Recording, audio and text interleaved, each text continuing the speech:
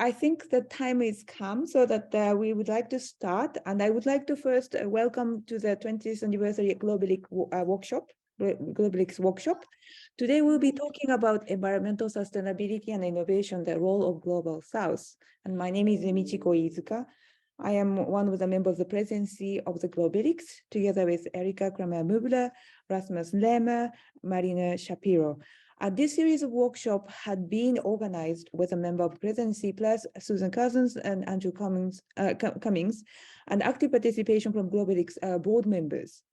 And there are also reporters taking notes, and I really thank for all of your supports and efforts. This is the fourth of the series of workshops organized since October last year. We have been covering key issues concerning innovation and development. The aim of this workshop are, of course, to celebrate the 20th anniversary because this community had started since 2002 and 2003. And so that it is a great achievement to commemorate. But at the same time, we would also like to look back and reflect upon the community, what community had contributed on the research agenda with regards to innovation and development, and in particular on this workshop on environmental sustainability. The second agenda is to look out for the future research agenda and build a consensus in the community, taking advantage of our very extensive global community of the researchers on this topic. And for those who are joining this workshop for the first time, let me explain briefly the topics we have covered so far.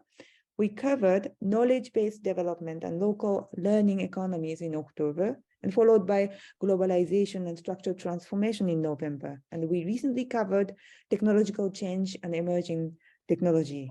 And all of these issues are very important issues in this area of innovation and development. But interestingly, all these workshop, the importance of environmental sustainability and sustainability have been mentioned in various times throughout.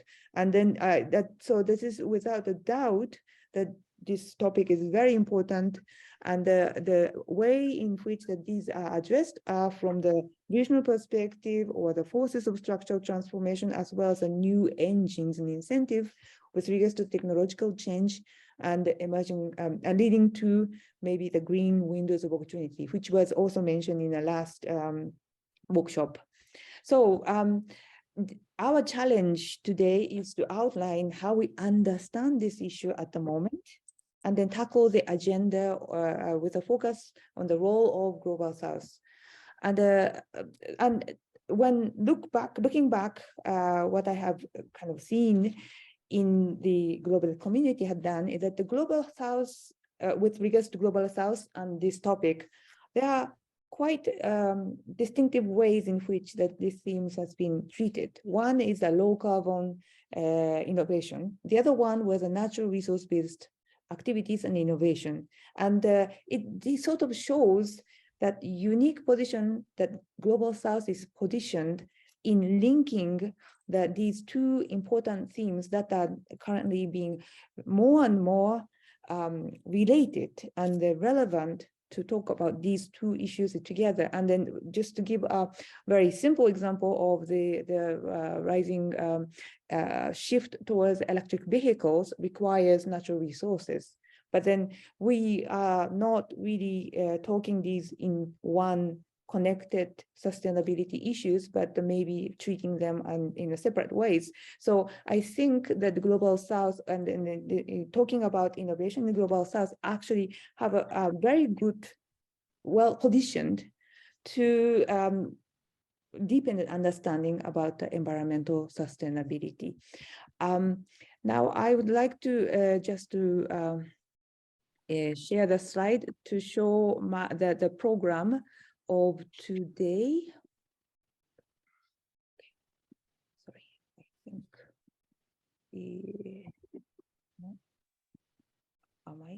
yeah. Well, we have 3 sessions.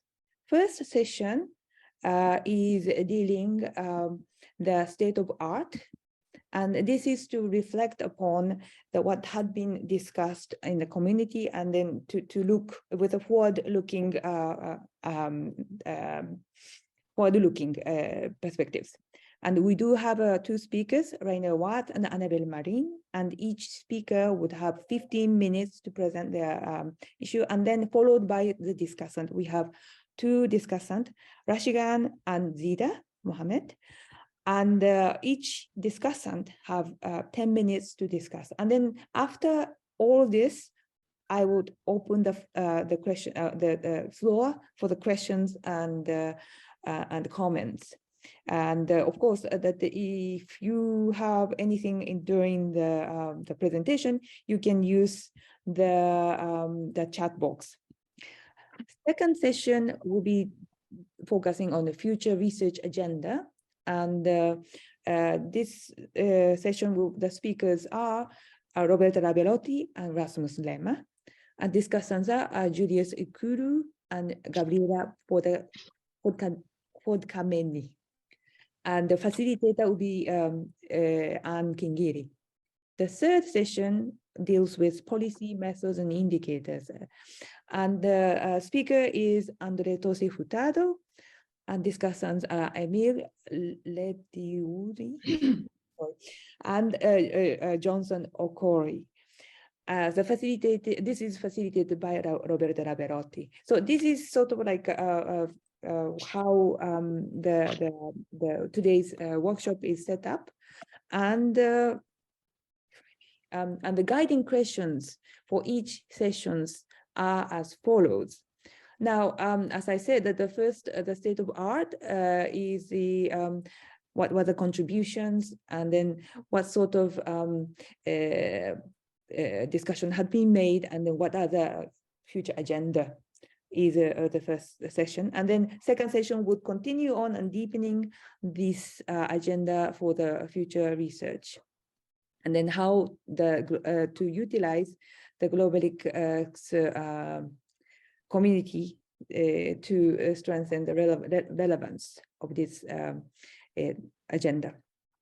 The third would look into more in detail about how to implement the agenda, looking into the policy methods and indicators, and talking into the policy approaches and how the research can be relevant to the policymakers. So this is the agenda, and I am going to stop. So now I would like to first give a floor to the first speaker, Rainer Walz. Is Rainer here to share the screen? Yes, I just try to.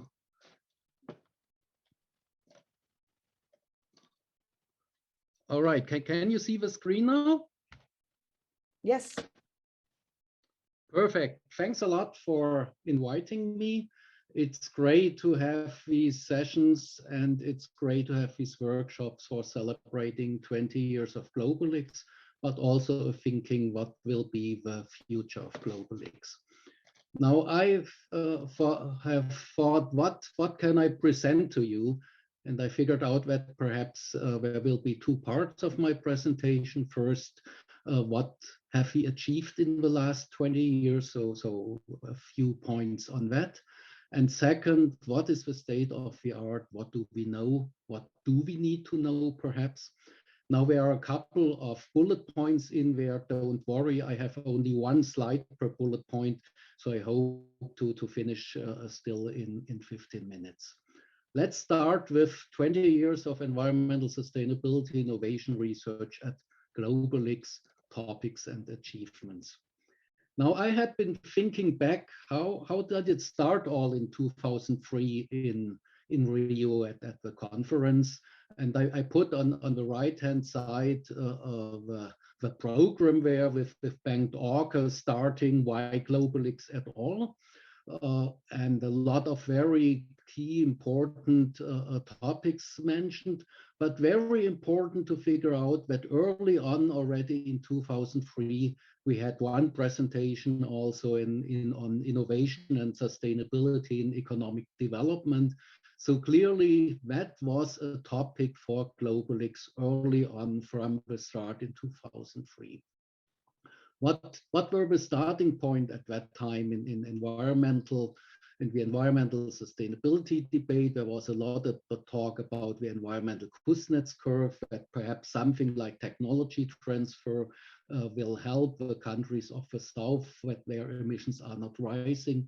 But actually in the environmental community, nobody had any idea how innovations are happening, had no idea what you need about capabilities. So that was also a starting point for GlobalX to think about what are actually the conditions, what are the capabilities needed, how can they develop also within the process of inclusive development. And that developed over time in a very interesting debate in GlobalX about lead markets, leapfrogging, green windows of opportunities. I think that's how now also the term used, and I think we will see it also later in some of our presentations.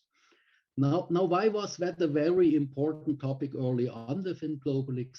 Of course, it linked to the key issues of the idea of learning, innovation, competence building systems. How does sustainability fit in there? And if you look at the questions, of course, it fitted into the early GlobalX projects like the BRICS project or the Catching Up project. So that really clearly was the rationale to look at that topic early on.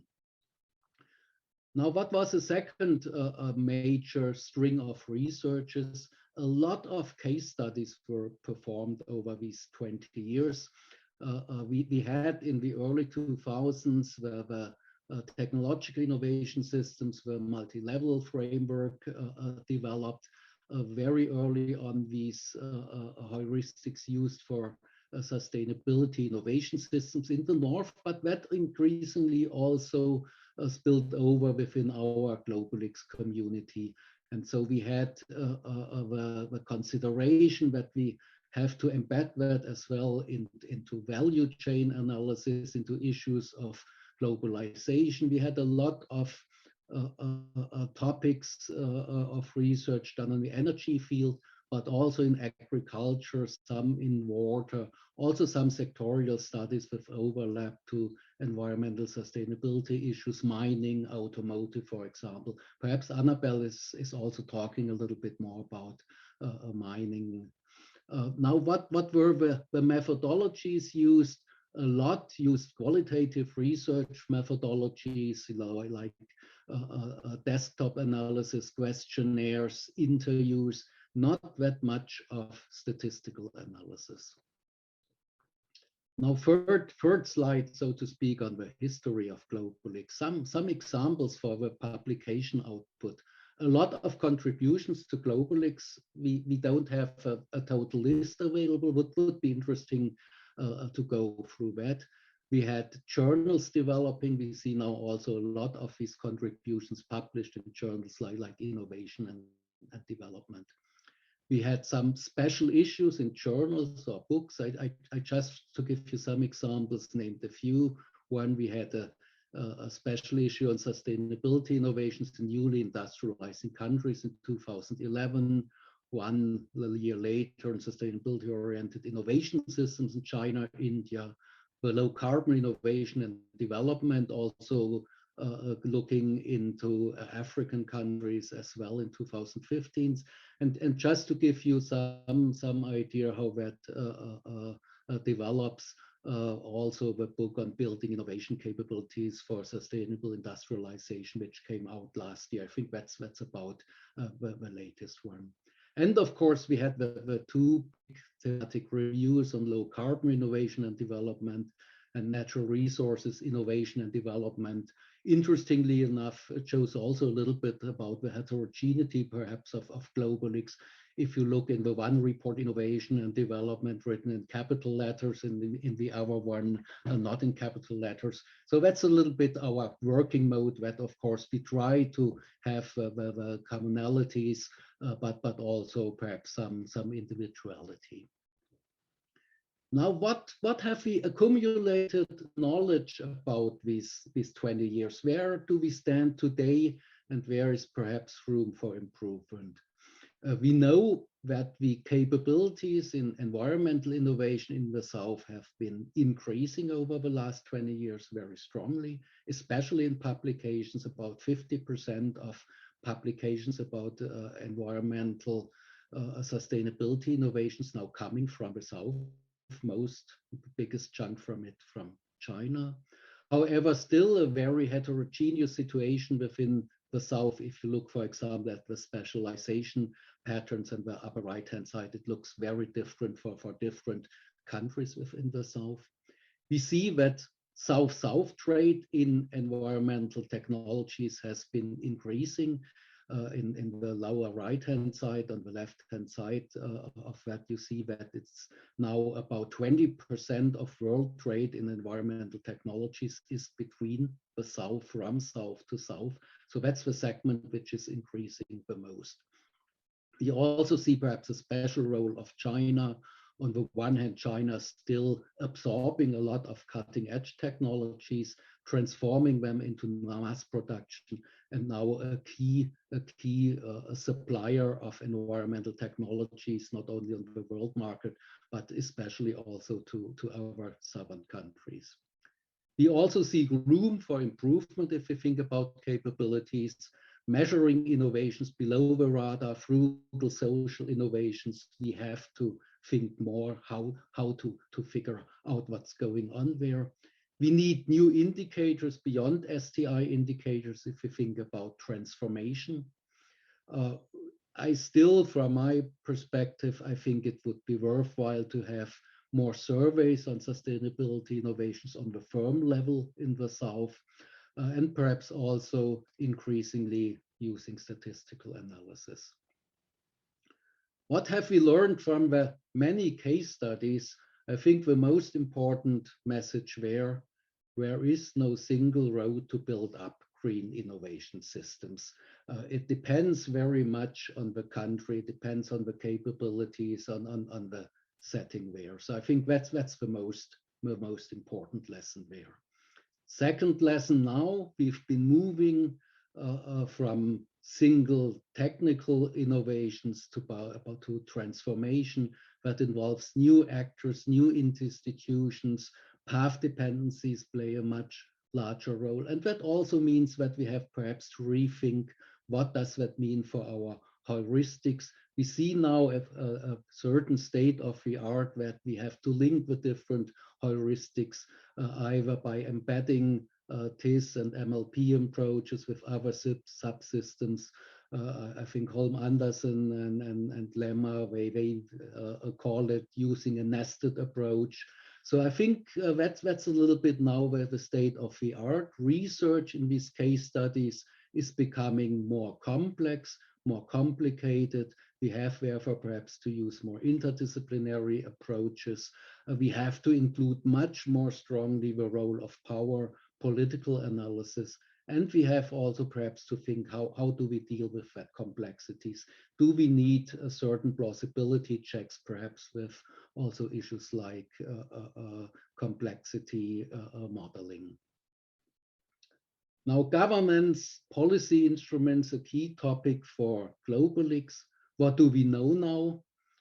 Success involves R&D policies and industrial policy, not a surprise for the GlobalX community, but I think something very important now that we are perhaps moving a little bit beyond the neoliberal area. But also very specific for environmental sustainability is that the importance of the demand side is even higher than in other innovation domains, because environmental effects are external and we need the demand side, we need environmental policy to start the market diffusion so that we have the feedbacks also on the creation of new innovations.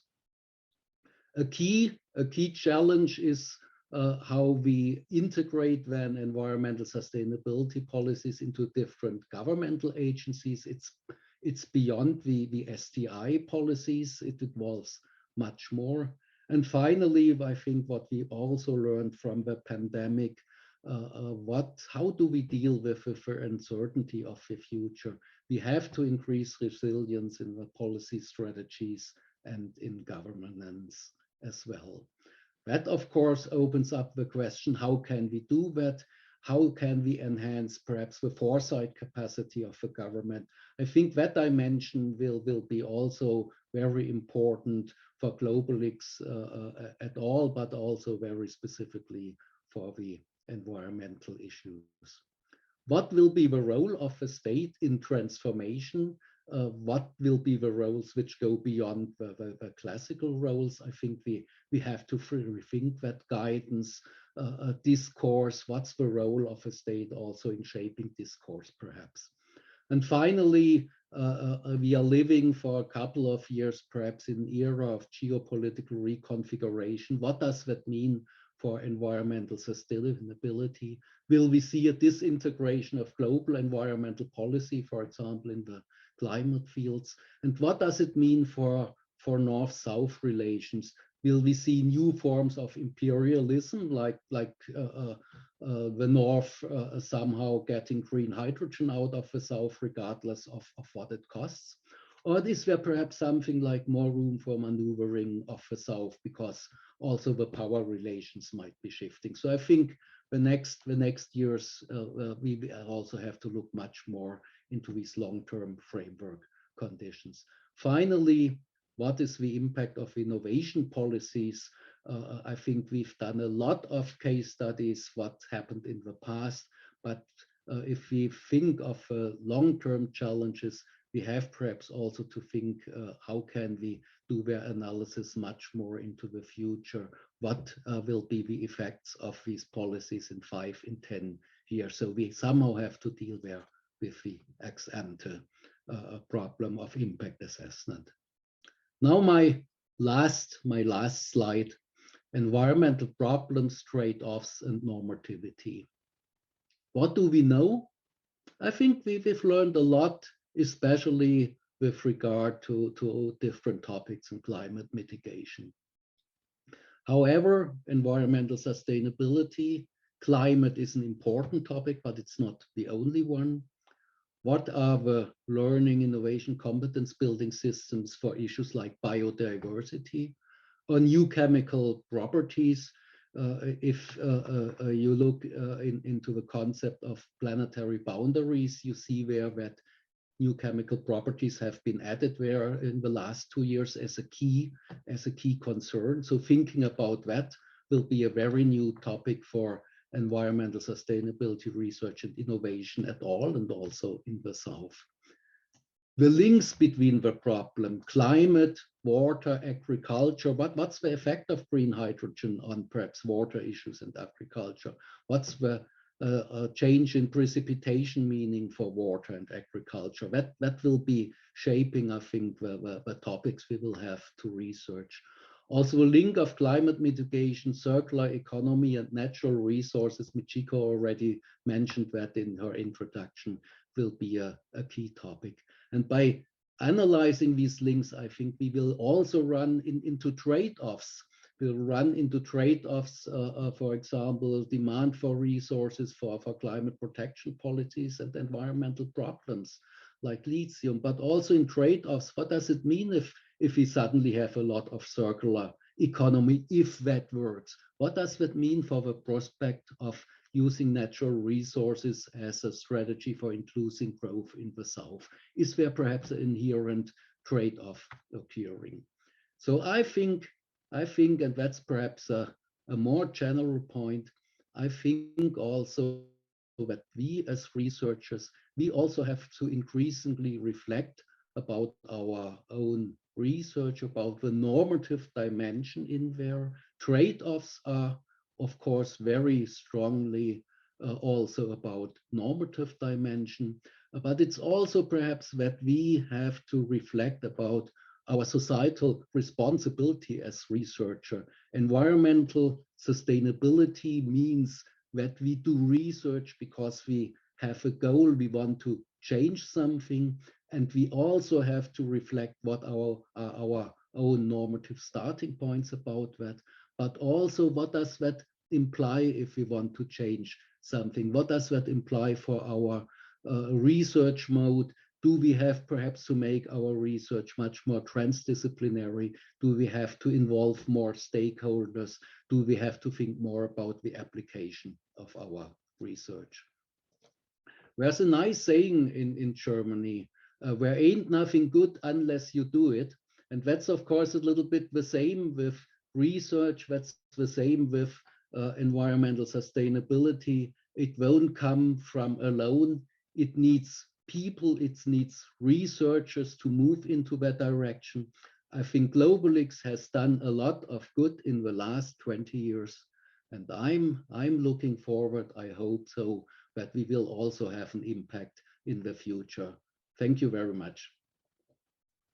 Well, thank you very much, Rainer. I think you really covered a huge ground going to reflecting upon what had been discussed in the Globalix community, and then addressing the various broad issues that this environmental sustainability covers, and also pointing out some of the challenges that this particular topic is having. So I think it's a great opening of this topic, and thank you very much. So without further ado, I would like to then go to the second speaker, Anabel Marin. So if you could kindly stop sharing the slide, maybe I will go to the next speaker. And I think there are probably those people who may have comments or the discussion, but please hold on to it until that we finish the discussions, and then we will open the floor. Thank you, Michiko. Can you hear me? Yes, I can hear you, Rainer. I need to be able to share, yeah. You be able to stop the slide? Stop sharing? Or is it difficult? I don't know. I'm trying. Aha.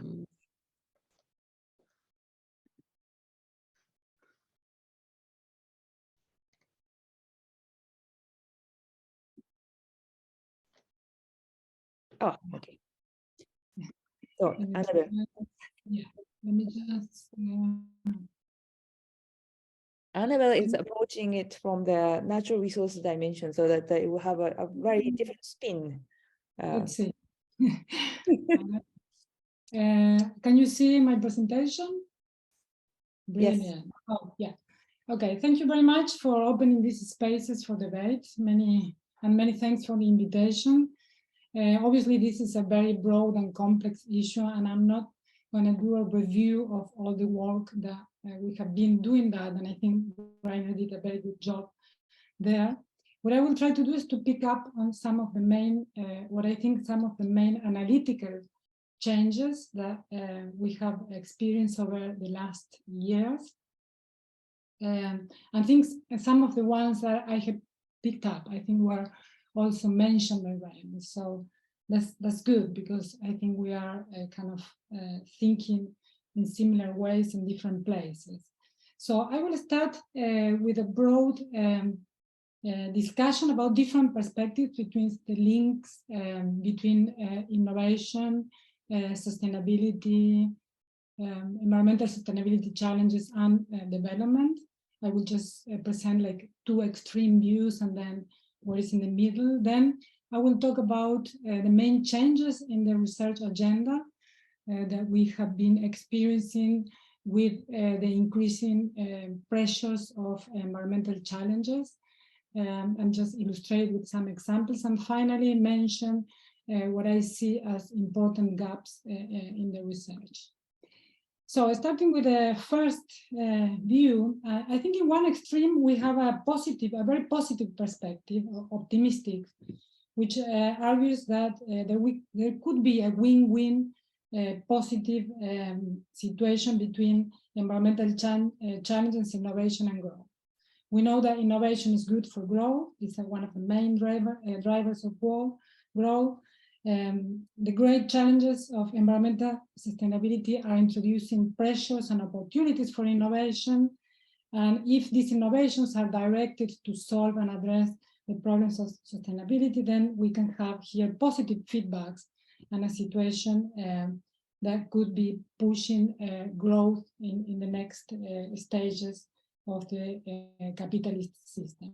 And digital innovations and others at the center of this actual revolution can help in this direction, because can help to create value with less resources, and can help control, better control of processes and so on. And for developing countries, then there is the chance of leapfrogging some of the bad technologies, bad systems, and moving to first movers and so on. So this is on one extreme, I would say, a positive view about the link between innovation and environmental sustainability challenges. But then we have in the other, a much more pessimistic view that is based on the idea that we cannot equate innovation with progress. Most of innovations, even in the present challenges and pressures, are still dark and brown. And so here the problem is capitalism and the need that capitalism has to growth, of endless growth. And so innovation that is maintaining the system alive actually is really working against the environment. So we need to really think about much more radical transformations and changes in value systems, framings, cosmos visions, and so on. And again, here, but in a very different place, the Global South have a very important role to play. But then we have, of course, in the middle, most of the empirical research, which is actually trying to understand these possible, potential positive feedbacks between what we could call now like X innovations, because this now innovation has to be qualified, and sustainability. So moving now to how this, now in this context, how the research agenda has changed.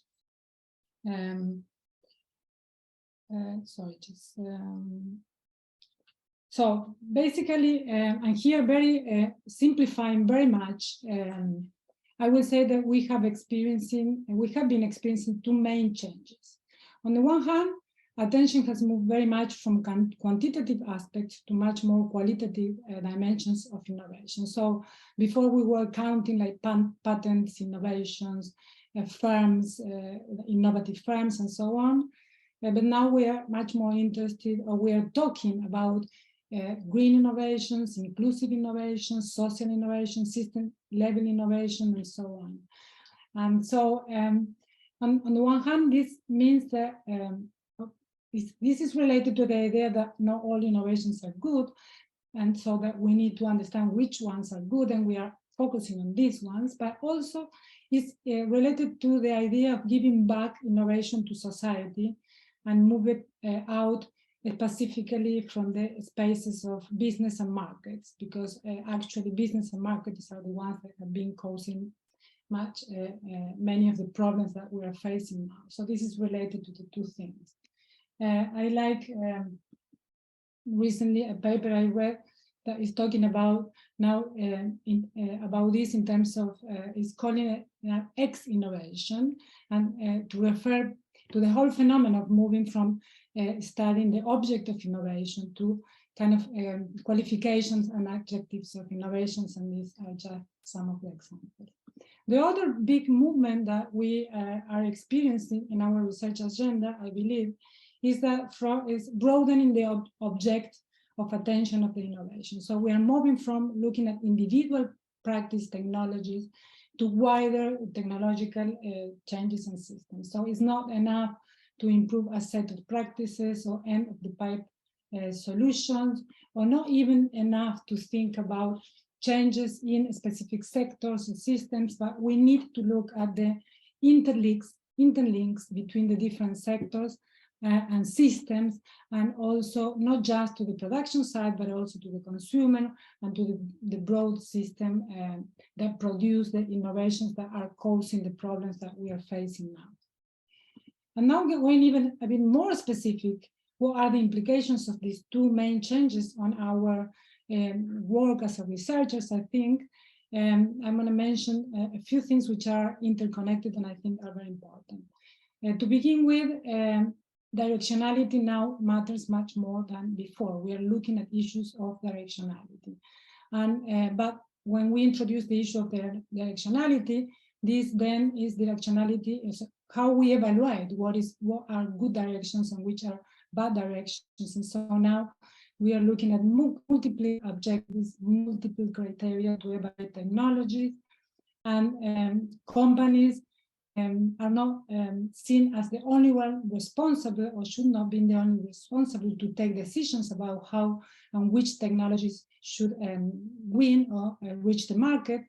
They need to really be monitored by much larger groups of society. So we are now thinking that larger groups within society should be part of the processes that lead to the selection of technologies. And so parallel to that, as we cannot assume that there will be consensus and agreements between these new sets of stakeholders, we are also looking much more than before to issues of methodologies, how to involve, how to take decisions, the opinions of whom, count, and so on. And also, I think very interesting also, there's much more appreciation than before to issues of diversity of practice, technologies, knowledge, and so on. And not just because they enlarge the set of possibilities where we can select, as it was before conceptualized by evolutionary economists, but also because the more diversity we have, the more possibilities of really fulfill the more objectives, the multiple objectives that we are interested more now, that are not just economic, but also social and environmental. And so we are starting to look much more than before and paying attention to bottom-up as well as top-down perspectives and approaches to innovation, grassroots innovations, different forms of open and collaborative and distributed forms of innovation, co-production of knowledge, and transdisciplinarity that was mentioned before. And in all of this, central to everything has become the question of politics of knowledge, the knowledge of who is important and how to really combine and select the relevant knowledges. But it's not just about issues of, we're not just because of all these changes looking at the role of power in knowledge, but also more in general. I think there has been much more interest in issues of power and in general in how they get involved in relation to how technologies get selected. And also not just power, but cultural values and so on. So we have adopted much less deterministic, I think, views of technological past that change than in the past. And with that, economic perspective are losing prominence as the main explanation of many of the processes.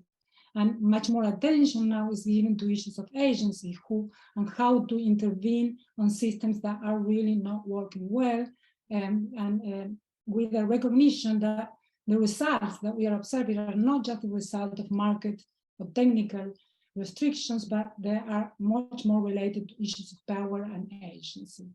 And so very interestingly also, which are much more attention to the role that a state should play, but also at the same time, much more questioning of what the state might be able to do in a situation which is very much linked to incumbent systems which are not working well for the environment or society. So just a few examples of research that we have been doing a little bit in this with these changing approaches. One of them we did, for example, related to the work in the agricultural sector in Argentina, and in this work, for example, by embracing this kind of approaches, new ideas, we distinguish different technological approaches to improve seeds in Argentina, and we discovered that actually the GM, in this case, technological approaches that were favored by basically existing narrative and institutions have a much less importance and explanation of the gains in productivity that were attributed to GM that actually were much more the results of other changes, and particularly other technological ways of improving seed that were taking place in Argentina with other models of innovation that were much better for the environment and so on. And we have been following as well around some companies which use different models of innovation, which are more compatible with different forms of agriculture, but also with open source. And here I'm just showing some of this research we have been doing on these lines. At the same time, we also started, for example, an action research to address, and this is related to, I think, a change that has been taking place, which has to do with trying to have a much more link into this, the last point mentioned by Rainer about our reflection of our role in all of this. I think many of us have been doing much more action research and trying to intervene in some of these processes. And here, for example, we started an open source initiative related to seeds in Argentina, which is experimenting with open and collaborative forms of innovation that a little bit kind of embrace many of these changes that have been taking place. So to finish, just to talk about the gaps, and there are many issues, and I think Rainer mentioned very important ones, which I completely agree. I would just focus on a few that I think are related to my research, and I think in a way are related to many of the issues that were mentioned before. So precisely, I think one of the big things that we need to understand better are the development tensions that all this new agenda of research brings, or in the words used before, the trade-offs.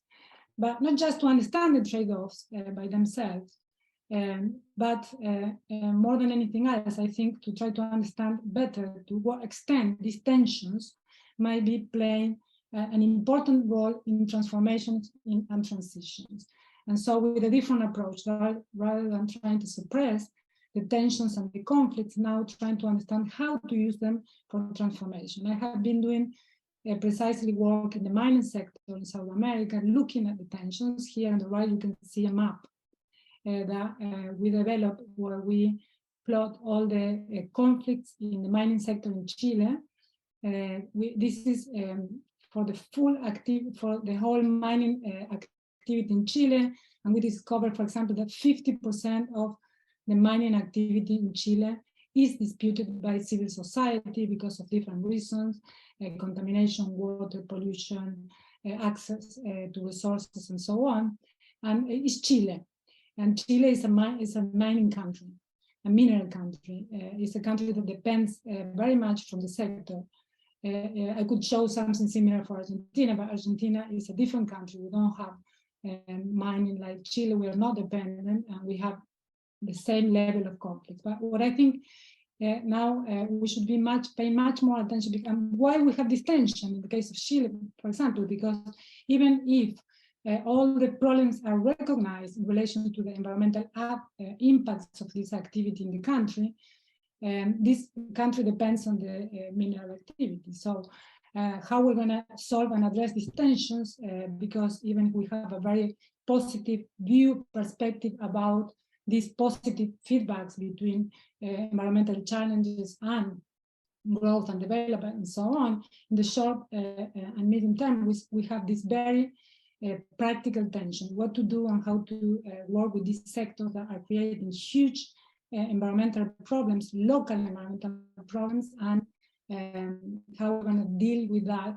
in practice. And the forces of social resistance, I think, are something new in this scenario and context that we should be trying to understand much better, and we are trying to do research on that, trying to see how these resistances link to changes in institutions, in global companies, practices, and so on. This is an area of research I think is interesting and fascinating around these issues. And then related to that is the question of which kind of capabilities, new capabilities, need to be developed within governments to deal with these tensions, We very recently wrote about this with Carlota in a chapter for ECLAR, trying to start to really discuss which are these new kinds of capabilities, because now governments with this new crisis context cannot really, like before, convince or convince the whole society that what they are trying to do is good for development and is good for everyone. So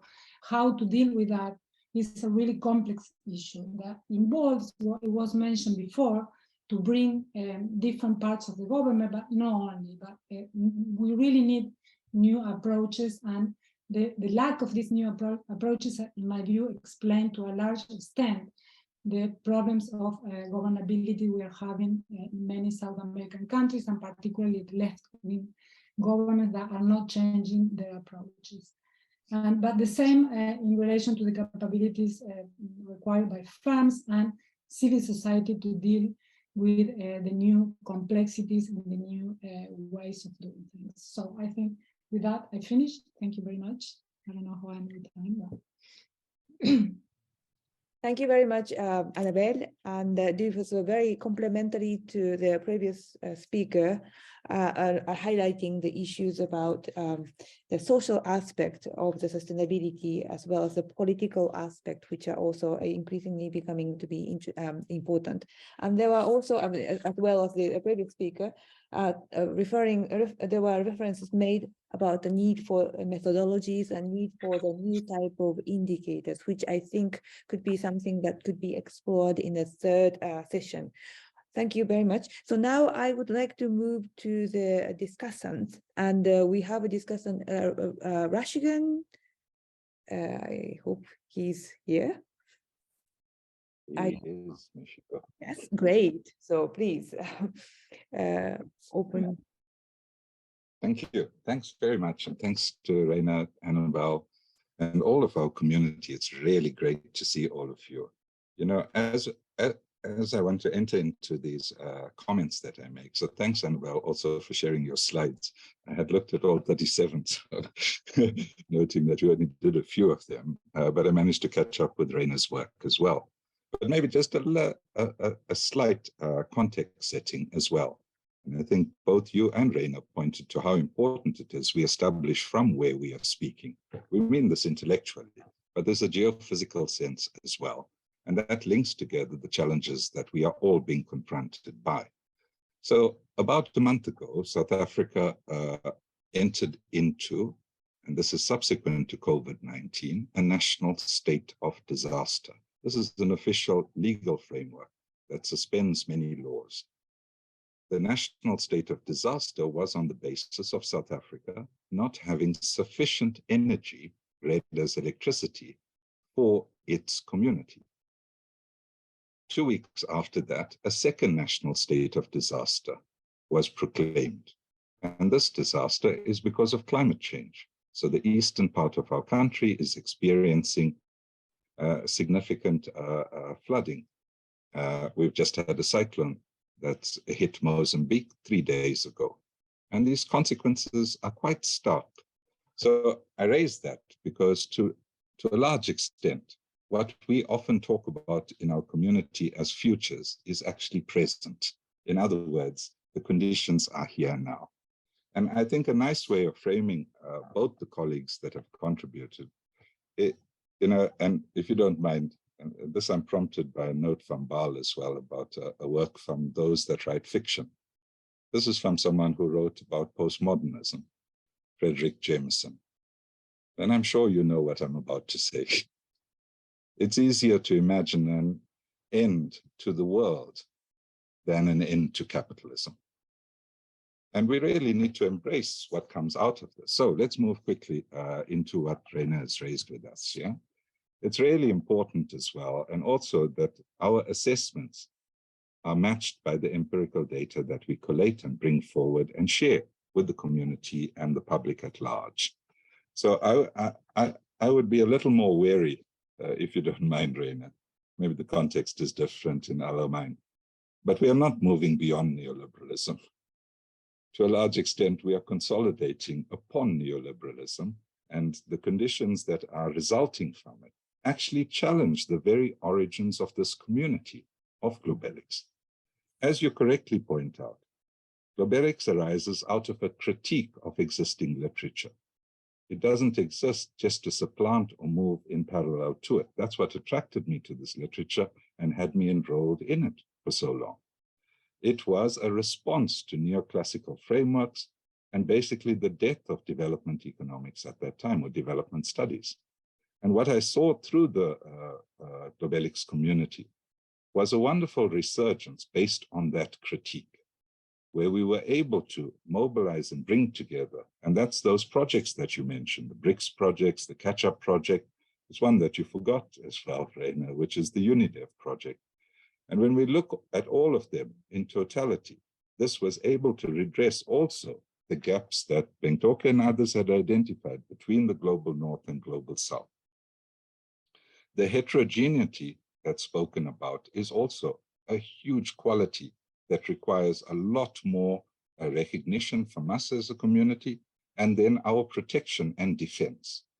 In this current phase of neoliberalism, such plurality or heterogeneity is not applauded. In fact, there's very negative consequences should you choose to speak truth to power at present. It's also important acknowledging, and this is so critical, I love it, Reina, that you mentioned, this is your main finding. There are no single roads. There are no single paths either. And as we know about this, it's quite important us recognizing, and I'm not being glib here, us studying power is not just about politics.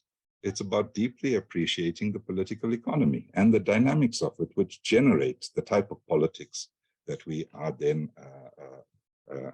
So I'm also warning colleagues that there's an element where intellectual capture is taking place, where much of the progressive ideas that originate from our grounded community and scholarly engagements gets taken over by those that advance neoliberal, not alternatives, neoliberal perspectives.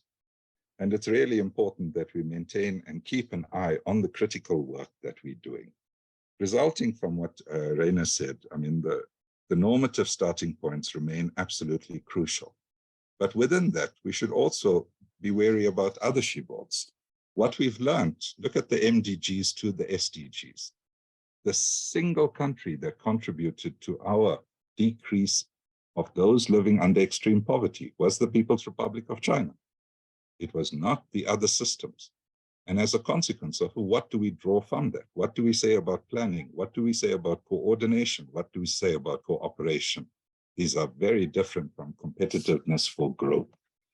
So moving over to Anabel, and Anabel, as you raised this, I mean, I hope we get a chance to chat some more, because the extractive industries don't necessarily lend themselves to the progressive ideas, digging holes in the ground and extracting from it as if the ground belonged to us also requires some challenging.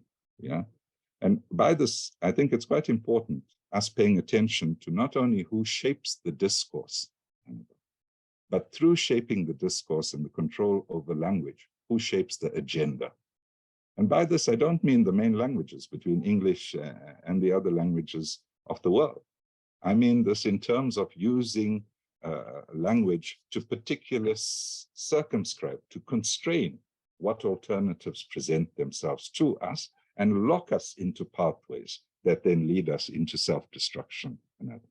I think it's wonderful, Anabel, that you mentioned the gap between objects and subjects of research as well. We really need to pay much more attention to it, because in this lies our own complicity, and because of it, our culpability in advancing these research agendas. If we wanted to choose the type of pluralities in directionality resulting from this, we really need to be worried about your slide number 13. And in that, the power dynamics of knowledge, and I think it needs to be widened. We all exist as a species being, all 8 billion of us, because of the global knowledge commons. Had we not shared knowledge and were able to change technologies, we would not be a species of 8 billion on this planet today. So if we draw down from that, we need to be really worried about the enclosures on the global knowledge commons and what its consequences are for all of us today sitting here, but also importantly for the next generation. We cannot continue along the pathways that have built up because we realize our responsibilities as well. So that was really brilliant. And, you know, in terms of rolling on this idea, Anabel, I really encourage, and I hope I've kept within the time, Michiko, Zeeda is going to follow. But we are in a battle of ideas. So let's proudly take this battle of ideas forward and consolidate the progressive work done by Globelix. And that's something that all of us hold dear. Thank you so much. And thanks for the opportunity for sharing these ideas as well. Thank you, Rasigan, I think that you have expressed a very deep perspective, touching upon a very important point about the capitalism and and how we should kind of situate ourselves with the your insight, whether your insight from the I think the global South is very much what we appreciate this in this discussion, because that this kind of brings together a very different perspective on the ground of discussion. Now, thank you very much. And now I would like to move to Zeeda. All right, thank you so much, Michiko. Happy 20th birthday, Globelix. Thank you again, Michiko, for kindly inviting me to be a discussant, and also to Rainer and Anabel for such an excellent and insightful presentation, and also to Rasigan for kicking off the discussion with such constructive, very thought-provoking comments. I just want to have a qualification on my background a bit. Since I completed my PhD in Sussex, where I knew Michiko about 15 years back, my academic network ended up being more on the side of environmental policy and sustainability science. And I have been less active in terms of my participation in innovation studies, but I have been a student of innovation studies continuously. So probably my perspective is a bit different compared to the other speakers. So I really appreciate the continuous effort by the Globelix leadership for preserving such a wonderful tradition of knowledge sharing, where even a lagging member like myself, who has somewhat left the space for a while, can catch up with the most current scholarly discussion. So now let me quickly share my thoughts. I have 3 main points to put forward if I have the time. The first is on how the Globelix community have enhanced our understanding on the models and strategies of catching up, and the question on how far existing contributions are sufficient in the environmental sustainability space. So when I did my PhD, this was my main attraction to this community. So indeed, the notion of catching up also needs to be reimagined, I think, as it is not merely about economic growth now, which is what conventional catching up research was dealing with in the past, but also how we can do it within the ecological ceiling of planetary boundaries and the foundation of social equity and welfare. So I think there needs to be a connection between our community with, for example, the sustainability science community. So in the donut economy language, this is about navigating the role of innovation to ensure the safe and just space for humanity, while catching up in the conventional sense, which I think is much more popular in Globelix, was more about innovation to reap economic gains, at least in the traditional way of looking at it. So developing countries like my country, Malaysia, and probably maybe in South Africa as well, is now grappling with this question on whether catching up for green growth, which is more economic driven, but very popular nowadays, is in line with catching up from the lens of sustainable development. Of course, a more holistic consideration to catching up is highly challenging and complex. I don't one fits all solution. We do have some, answers from this community, but I think it deserves a deeper investigation. So take the issue of climate change. The perspective of catching up from the lens of climate mitigation or decarbonization can be quite contrasting from the lens of climate adaptation. So dealing with innovation for climate mitigation, especially in ramping up renewable energy and low carbon technology industry, can be easily aligned to conventional perspective of catching up. as it relates to using the green agenda for economic growth and strategic participation in global value chain, while climate adaptation is really about investing on innovations that can solve local socio-ecological problems, more about ensuring the resilience of local community. It can be made economically profitable, but not necessarily. So in the past workshop, I realized there was much talk, I think, of this, as what Michiko was talking about, the success of Malaysia's palm oil industry as a resource-based catching up strategy.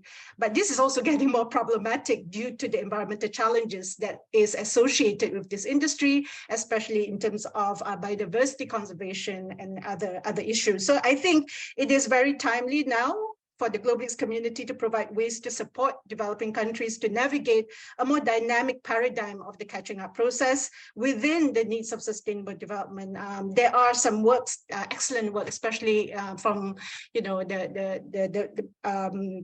from the group on sustainability transitions, for example, where they provide new heuristics and indicators in thinking about this, but I think more work needs to be done.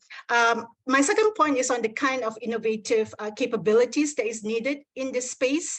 I think the GlobalX community, I know Michiko has done work on capabilities for a long time, and we have a wealth of knowledge on in analyzing innovation capabilities and competency building. And I think there is a huge space for deepening our analysis within the arena of environmental sustainability, especially in the era of massive technological convergence, be it in terms of digitalization, fourth industrial revolution, and even the notion of metaverse, right? 20 years ago, we were mainly dealing with the tsunami of ICT revolution. But today, the challenges of emerging technology are much more complex and multifaceted. For instance, competencies in artificial intelligence, IoT, big data, 3D printing are foundational now in creating fast, real-time solutions to address environmental issues, and might perhaps be a new layer of dependency of latecomers to the more technologically advanced countries, even in the context of solving their own environmental problems.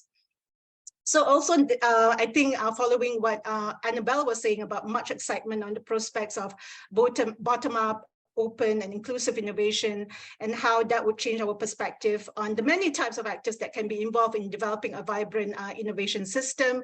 I remember, Anabel, you were mentioning in a previous workshop about the role of civil society. Of this sounds promising. I think we really need to be more nuanced on technological and competency foundation on any promising trends within the current context. I work in the field of citizen science for environmental conservation, for example. Even in this area where the approach is designed to be democratic and seemingly low tech, I also realized that different levels of scientific and technological competency would determine the ability to apply the approach well. IoT and big data, for instance, is playing a bigger role now, and there's still massive gap between developed and developing country, even in this field where civil society are the main actors. Also in the arena of environmental sustainability, I think this is related to what Rainer was talking about, the normative issue, Anabel was talking about directionality, and Rasigan was talking about, this, I think the object and subject, you were sort of following what Anabel was saying.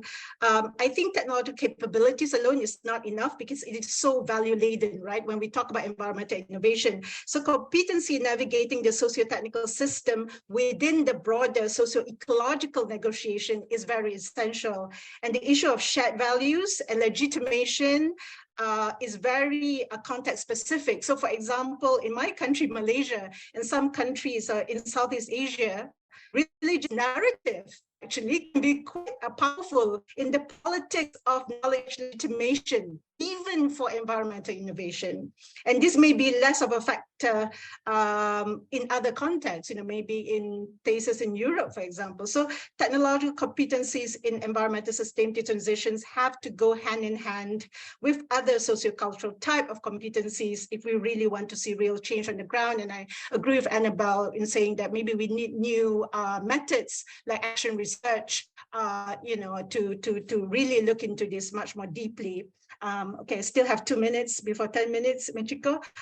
Finally, I think there is also a need to enhance the contribution of the GlobalX community in helping innovation actors, especially developing country firms in dealing with real and lasting and fast disruption caused by changes in the landscape towards environmental sustainability, especially in terms of climate action. I realized that since the recent COP27, I've seen a surge of companies from various sectors, especially from my country, be it banks, energy companies, investment companies, agricultural companies, approaching university researchers to seek help on how to meet their climate commitments under the increasingly tightening CSR, as Anabel mentioned, but also the environmental, social, and governance, or ESG requirements.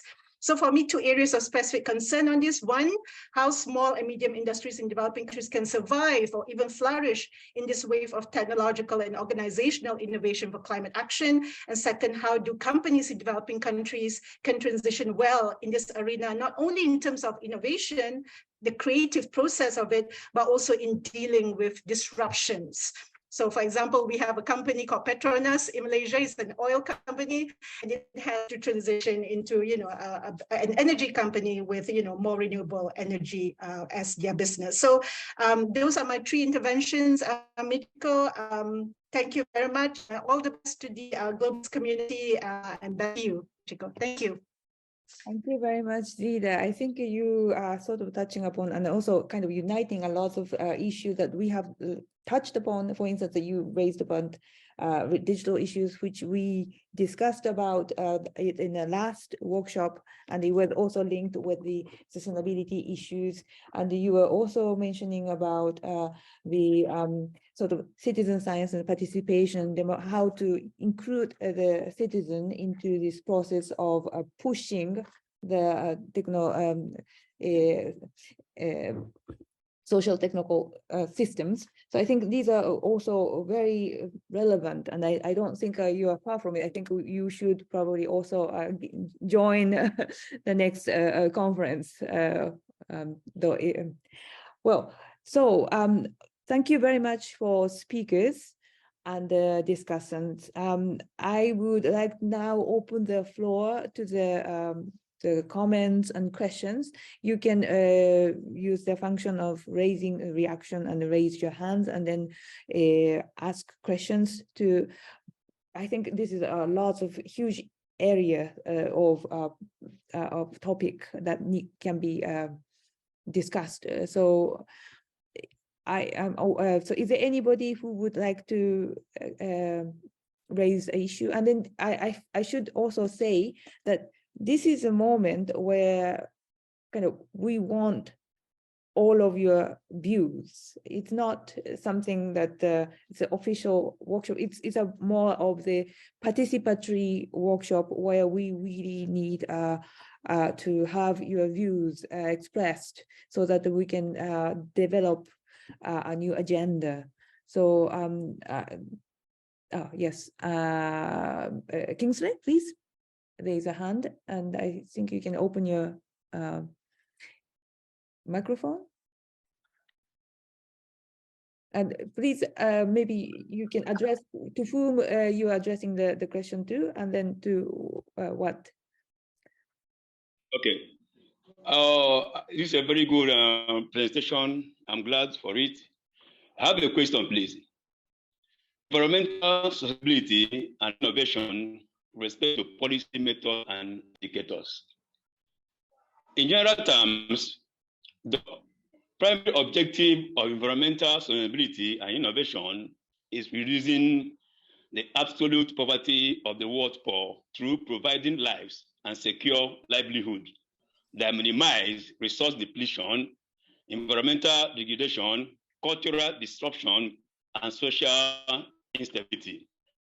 How can world poor countries come out with policies that will help to achieve this primary objective? Thank you.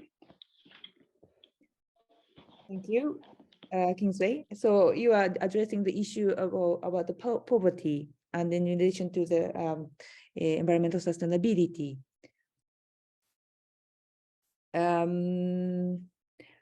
Is there any other views? I mean, any other questions? maybe can Rasigan, maybe Rasigan, you were talking about these issues. So can you respond to this question? Of course, I assumed it also because the person asking was closer to me. Just joking. So, I mean, the issue that you raise, Nwaguma, is absolutely critical as well. But in that, you frame a normative stance which says that the primary objective is. And as you state that primary objective, I want to encourage them amongst all of us. It's not a shared objective. Our very survival as a species is not shared amongst the 8 billion of us that occupy this planet. Towards that end, we have to be quite careful about what the primary contradictions are that drive society, and as a consequence, the type of strategies and tactics that we align towards them. The redress of poverty, the redress of ensuring a more equitable solution for all the people of the world is something we still have to struggle for. Colleague Kingsley, this is not something that we need to take for granted. We need to consistently advocate for the type of world we want to see. This contradiction and the contradictions driving it are good for some, but terrible for the rest of us. That's what I mean by the battle of ideas, and we must be quite clear and explicit in terms of how we outline this as the outcomes of certain developmental initiatives. I hope this helps us in our discussion. Thank you. Yes, Rainer, please. Yes, thank you very much for the comments and also for the issue secure livelihood from Kingsley. I think the biggest challenge I see also with regard to research, but also with regard to environmental sustainability in the South, it will be indeed the question of adaptation, because the adaptation links on the one hand very, very clearly to the issues of poverty and secure livelihood, because it will be the most poor who will be affected most. And from a research part, it clearly is perhaps the issue where we still have no less. It's about innovations below the radar. It's very specific innovations in the community. So our whole framing, our analytical framework is more difficult to apply there. And third of all, the issues where they are, and I think that's something that Zeeda pointed out very well, they are somehow not totally into the logic of the green windows of opportunity. It's not clear that the payoffs are there with regard to profits of companies or with regard to GDP. And so dealing with that issue, I think that it's on the one hand crucial, but it also somehow afflicts two challenges we have in addition to the challenges we have already with the green window of opportunity. And so I think how to deal with that will be a very, very important question also for GlobalX.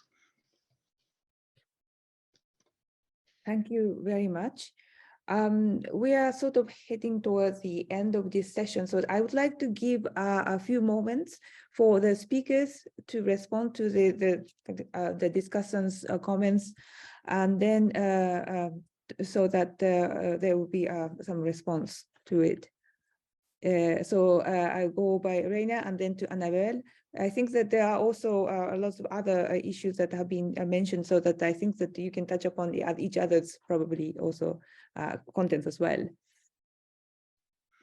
Oh, I already had started with perhaps one reflection. So I just want to be brief. Say thank you very much to the comments from Rasigan and Zeeda. I also think what I clearly want to agree with Rasigan is that we have to be very clear about our normative position, but also that we perhaps, and I think Zeeda also mentioned that, but it's not only issues of research, but it's very much also issues of how are we framing problems, how are we framing discourses. And I think that links very much to an under-researched area so far when we talk about the role of a state. I think we also have to look much more how are discourses developing and what has to be the role of a state, what has to be the role of a civil society, but perhaps also what has to be the role of communities like Global-X in shaping these discourses. I think doing research on discourses and discourse analysis is also something that we should also add on our research profile. That's perhaps for me one of the most important conclusions also of the debate. Thank you. And Anabel? Yeah, thank you. I completely agree with you right now. I really, every time that I do more and more research in these areas, I realize of the importance of the narratives, the framing and the discourses, something that and then how to bring it into different parts of the research is obviously the challenge then, and then connect, because there is a lot of discussion already going on about framing the narratives and the influence and power and so on. But then the question is how you bring it into these kind of advances of what we know, research that is taking place in these areas, how then we bring it to spaces where we are reflecting on issues like, for example, Zeeda was talking about catching up or things like that, then is the challenge. No, I just say I'm very thankful for all the comments. I think I agree with most of the comments, particularly, on the importance of open source and open knowledge and working against enclosure. I think this is one of my most important and interesting areas of research, where I'm doing both research traditional, if you want, but also action research, because at some point you need to go there and try to do something. And so I agree completely with this comment. I see it as probably the most promising area to try to understand better in terms of really how to move ahead from some of the main challenges, because we can include within this opening up processes, not just issues of knowledge, innovation, but going much more beyond that, decision-making processes and so on. So I would say that this is probably what I'm more interested in terms of research, but also action, because the opposite is what you see that is happening, which is the enclosure of everything, of knowledge, but also of processes of decision making and so on. And so how you really go against that is something that I find, and that's why I became so interested in the role of civil society and how you can empower processes in which already civil society is taking a position and playing a very interesting and important role, like, for example, I have observed in South America, because actually we have there a situation where civil society is already resisting and also having an impact. And so then the question is how you work with that in terms of pushing for some kind of transformation, because I see always things can get stuck, and the approach of trying to suppress and control these conflicts is very problematic. And so, yes, and finally, this link that Zeeda mentioned, the importance, so then, of course, to capability building. So how you, because civil society, I think civil society, from the experiences I know, they are working very hard in terms of creating contra narratives, other kinds of expertise, and really bringing different views and different ways of evaluating some of the process, like, for example, the impact of mining on water or pesticides in the agricultural sector in Argentina is very contested. Civil society is producing alternative knowledge, is already working in expert. And so then, yeah, this is a big issue. It depends where to really empower this process. But then the next step is then what do you do with all these tensions?